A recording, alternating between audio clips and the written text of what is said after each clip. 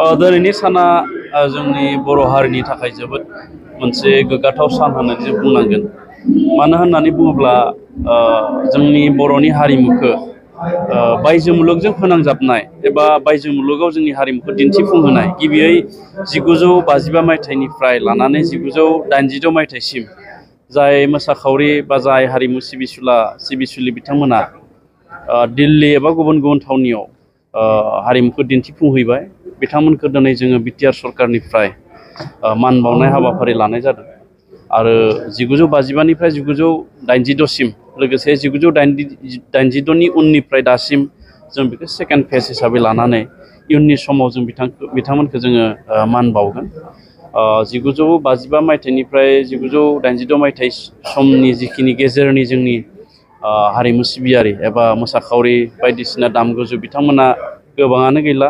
थेवब्लाबो जों बिथांमोननि न'खरनि सोद्रोमाखौ जों हांख्रायनानै बिथांमोननि गेजेरजों जोङो बिथांमोनखौ मान बावदों आरो बिटिआर सरकारनिफ्राय जोङो खोब खम बिबांनि साफायाव 50,000 जोङो बिथांमोननो रांखान्थि मान हिसाबै जोङो बावहरदों आरो बेखौ गिबियै बा गाहायै मावफुंनि थाखाय बिटिआरनि गाहाय मावफुं सोद्रोमा मुस्रि प्रमद बर' बिथांखौ जोङो साबायखर होनांगोन। मानो होननानै बुङोब्ला जोंनि हारिमुखौ गोलाव सम सिबिबोनाय बिथांमोना हयथ' बेबायदि सन्मान हयथ' मोनफेराखै।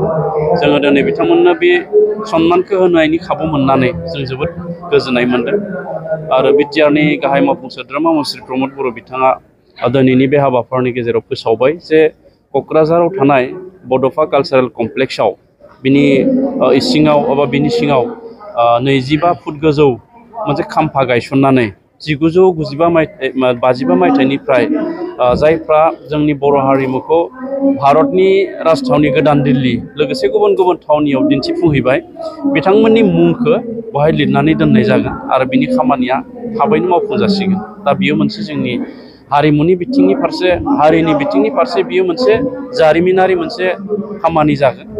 बियो जोबोद मोनसे बाख्नायथाव हाबाफारि जागोन। साबेसे रां अनसुंथाइ होनाय जादों? 1955निफ्राय 1986 सिम जों जेसेबांखिनि मोसाखावरि बिथांमोना दङमोन साफा सानैया लिस्टआव थालांदों नाथाय बिथांमोनखौबो जोङो सोफानाय जागोन। जोंनि बिटिआर ओनसोलनिल' नङा दुलाराय आसामावनो आरो जोंहा वेस्ट बेंगलनिफ्रायबो बै समाव खौसेयैनो बे हाबाफारियाव बाहागो लाहैदोंमोन। बिथांमोनखौबो जोङो बे हाबाफारियाव बरायनाय जादों। खनसेयावनो 1 लाखनि बांसिनै बियो जोंहा लाहार फाहारा सोलिगासिनो दङ। आसामनि गिबि मन्थ्रि डक्टर हिमन्त बिश्व शर्मा बिथांजों जोंनि बिटिआरनि चिफ मुस्रि प्रमद बर' बिथांजों सावरायदों आरो सावरायनायनि गेजेराव मोनसे खोथा ओंखारदों जे फैबाय थानाय 2025 मायथाइनिनो अक्ट'बर दाननि गेजेरावनो बे हाबाफारिखौ खुंनाय जागोन। बेखौ जोंनि गेजेराव चर्चा जादों आरो बिनि थाखाय जोङो मोनसे कमिटि दानानै प्रिलिमिनारि जि डिसकासन बेखौ जों खालामबाय आरो माखासे जायगायाव जोङो मोसानायनि जि आखरा एबा रिहार्सल बेखौबो जों होखांबाय।